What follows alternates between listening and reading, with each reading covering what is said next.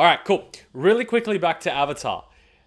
I started uploading Avatar on YouTube, and as always, I try to keep away from the comments, but I did notice a few comments of people really worried that I don't like Avatar. I actually really like Avatar. I think people just really need to accept that me providing commentary on something that a character does doesn't necessarily mean I hate the character. Characters do stupid shit all the time, and I hate them for it.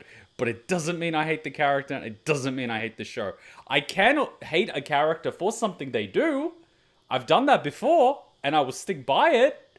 But it doesn't necessarily mean that I hate the character or the show. Especially when they're being stupid. I facepalm all the time.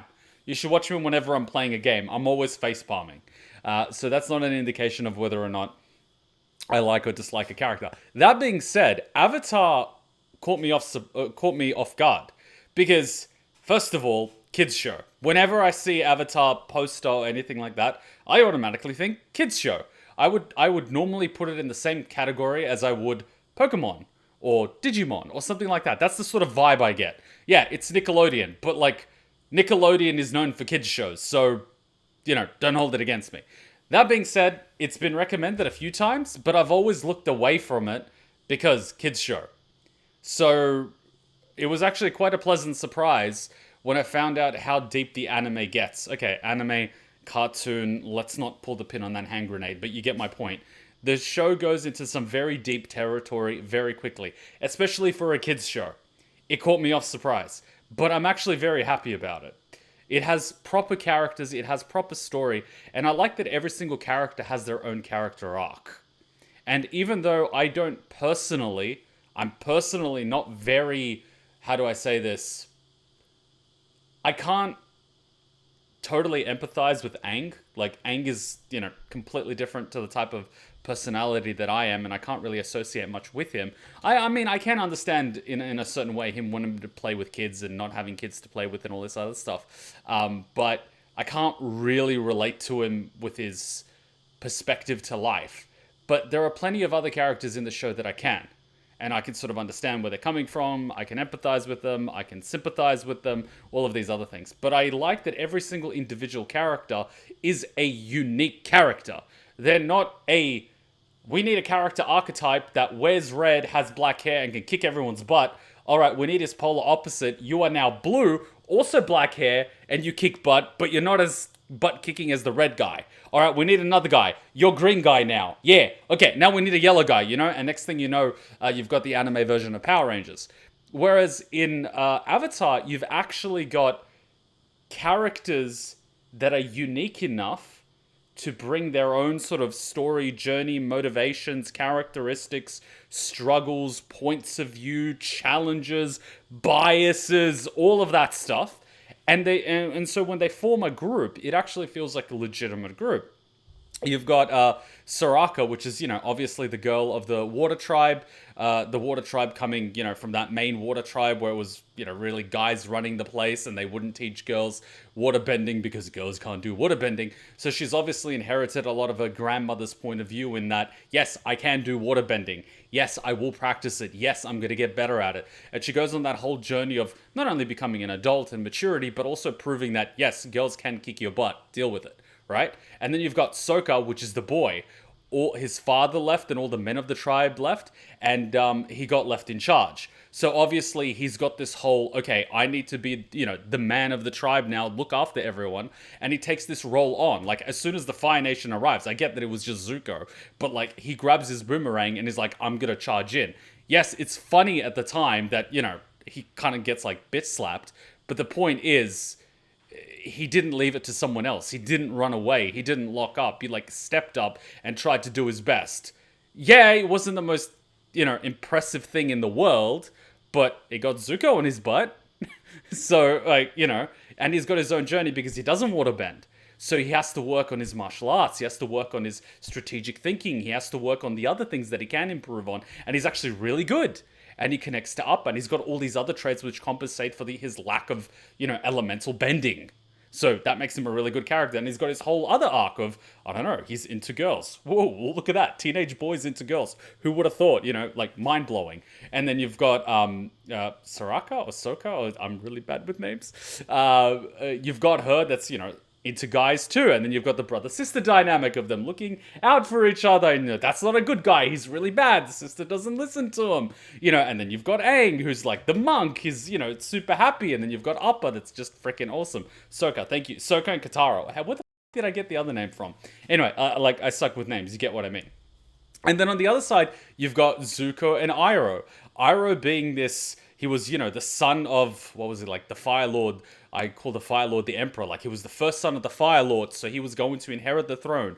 So we don't know what he was like prior to his son dying, but we can assume that he was born into a position where he didn't really have the freedom to pick and choose what he wanted out of his life. He had to become a military commander, and I believe that he did do his job, because we see from his understanding of firebending, he's a very wise, intelligent, capable leader, understands people, understands his martial arts, and I'm sure he did a great job as a commander.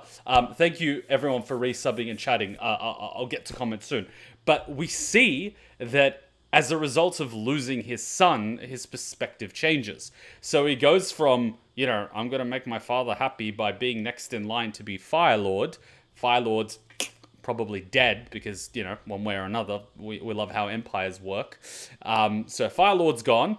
The younger son, Machiavellian as is, ascended to the throne. All right, I've got no throne, but I've got no heirs. Whatever. But I've got Zuko that's a little bit of an outcast and has been shunned by his father. So Zuko pretty much becomes the adoptive son of Iroh, and we see that relationship over time. But then at the same time, we see that Zuko wants his father's acceptance. He probably also wants the acceptance of his people, which is probably why he wants to get his father's acceptance, because he wants to be the prince and he wants to be acknowledged. But Iroh's like, look, you don't want to go into that war meeting. It's boring as shit. On one end, he doesn't want that life for him. On the second one, he doesn't want him on the battlefield to die like his son did. There's more to life than just conquering and killing and being a dictator and all that sort of stuff. Plus, Zuko's temperament isn't that of a dictator. He's got too much empathy. As much as he likes to hide it, he legitimately cares. And Iroh's like kind of the same. He's like, you can't just be chasing the airbender. Your men are disgruntled. And when he drops the ball on that one, Iroh actually goes to the quarters in the ship, and he actually talks to the men, like, hey, I'm going to chill with you guys, and kind of explain why Zuko's being like this so you don't mutiny, Like, he's a kid, but, like, he's a good kid. And then at the end of that episode, we see that Zuko actually chooses to care for his men instead of chasing Aang. And like, Zuko chasing Aang isn't because he wants to kill Aang or anything like that. He just wants to catch Aang so he could get his daddy's approval. Like, it's not him chasing Aang, he's chasing the airbender. There's a difference, sort of thing. So there's like all these stories going on at the same time, and then they introduce new characters.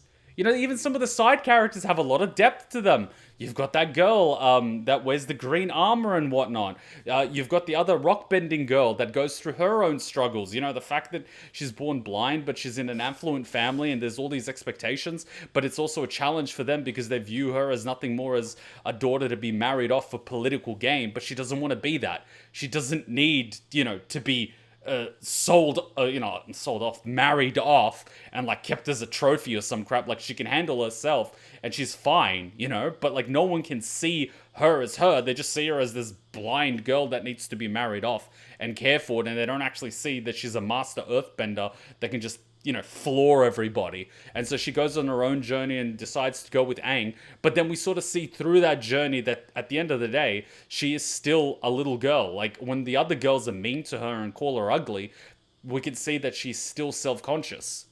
She's still going through that. And it's like, yeah, you're a master earthbender, but you're still a person with feelings. So, like, every freaking character has a story. And then she bumps into Iroh. Like, and they're just sharing tea, right? And that turns into I know him, he's a cool guy. Oh, I know her, hello little girl. Oh, you're part of that. Like, Iroh doesn't even strike me as the type of person that cares that Aang is the airbender. Like, he's got nothing against him. He just cares about Zuko.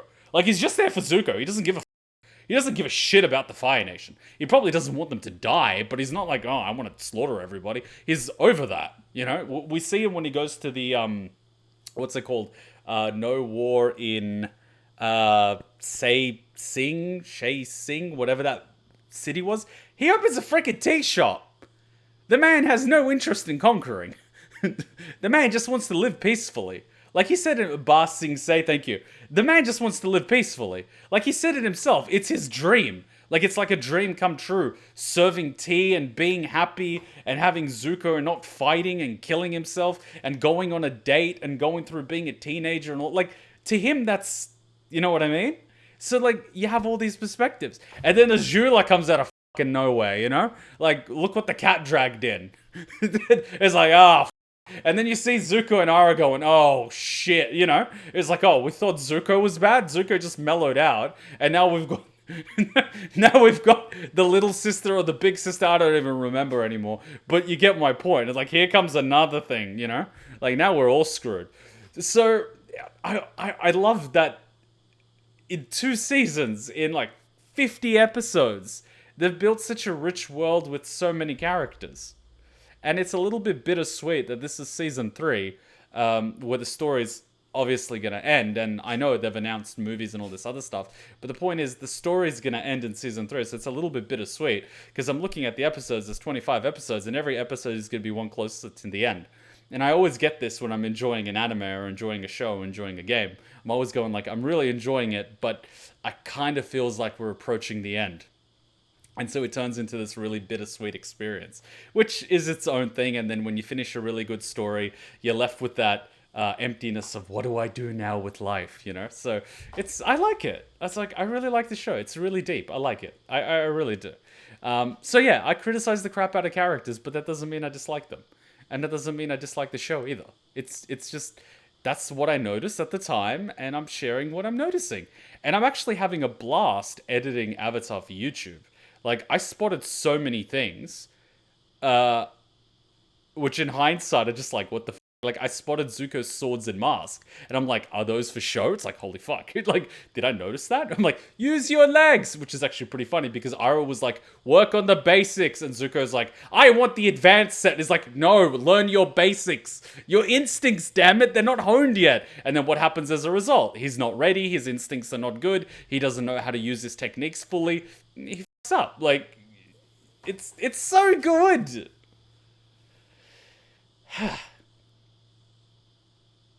It's a good show. I like it. In more ways than one. I like it. Very few episodes I disliked. The Canyon episode was like, what the f***? And they finished that episode by like getting the giant lizards and putting bags over their head of food and riding them up the wall. And I'm just like, okay.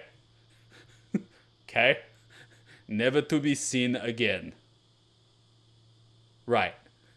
It was like a big episode of Chinese Whispers, where everyone retells the same story, and then by the end of it, it makes absolutely no sense. And people starting conflict over like virtually nothing. And hypocrisy and stuff. It's just, I absolutely love it. And did you really call Toph a side character? She's part of the main cast. Well, she was a side character at the beginning, but like, anyway. And being called ugly probably hurts more because she can't really do anything about it, as she can't see her own appearance and others to know what pretty looks like. Yeah. Well, like, even if you could see your own appearance, I mean, being a teenager sucks because teenagers are cruel. Nothing is crueler than a young girl. They will tear into your very soul. They are demons. Especially girls, they rip into each other. Girls literally just tear into each other. Guys, not so much. Guys will just like insult you or hit you. Girls will like tear at your soul. Scar you for life. I've only ever done that maybe once or twice. So, yeah, I know how damaging it can be. But anyway. You guys remember that story from high school, right? Where everyone was like, I think I told it during Avatar or something. Long story short, everyone was like, which girl do you like? And everyone was going for this one girl. And I was like, nah, I like this girl instead. And then, of course, guys being guys, they told everyone. And that guy was like, ew, you like me? And I'm like, yeah, we were talking about which girl we like most. And I thought you were the prettiest. And somehow she got insulted by that. I don't know how. Anyway, I cannot understand female logic. It baffles me. And then she got insulted by it, and then she started insulting me in front of everyone. And she said something along the lines of like, I would never like you because you're so fat. I was really fat in high school. And I was like, yeah, well, I got bigger tits than you. I said something along those lines. She was saying something about how fat I was. No, she said that I was fat and I had bitch tits. And I said, well, at least I have tits, because she was flat. And anyway, long story short, everyone then laughed at her. Well, long story short, she went through puberty and she was still flat. And throughout the 11th and 12th grade, when she was like 16, 17, 18, she was always browsing for breast implants. Like, you could literally see her, after she did her work, she was like browsing for plastic surgeons. And she was literally waiting to hit 18 so she could go get plastic surgery without her parents realizing. So, like, I know it f***ed her up. Like, I got over it, right? But she got fucking scarred for life. So, I know how mean girls can be. I just used, like, reflect magic and it just hit her right back. She didn't see that one coming. Yeah, anyway. High school kids can be so cruel. Like, why? It's like, anyways. Whatever. High school. Water under the bridge, right? Who gives a shit? Anyways. Hey, did I hand you a shrinking potion by accident? I could have sworn that was the gender swapping one. Don't be hating. She's fun size, that's all. She doesn't even have to get on her knees to blow. You want to add anything to that conversation? Nope, I'm good. In fact, I think your new size makes you an even more formidable and stealthy ninja.